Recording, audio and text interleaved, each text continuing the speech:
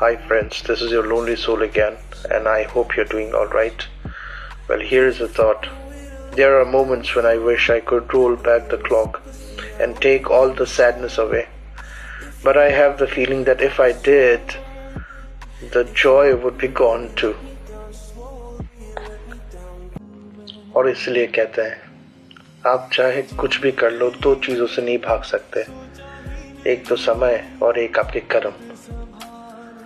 आप चाहे कितना ही भगवान के सामने मत्था टेक लो, आप मंदिर चले जाओ, गिरजा चले जाओ, मस्जिद चले जाओ, गुरुद्वारे चले जाओ, कुछ भी कर लो, आंसू बहा लो, लेकिन आपके कर्म आपका पीछा नहीं छोड़ेंगे।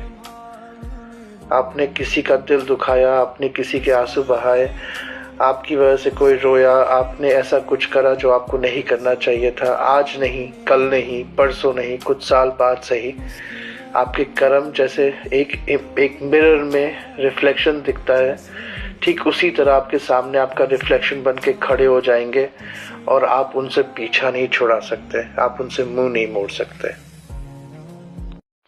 তাই বলি, না কর্মকে ফেরানো যায়, না ভাগ্যকে ফেরানো যায়, না সময়কে ফেরানো যায়।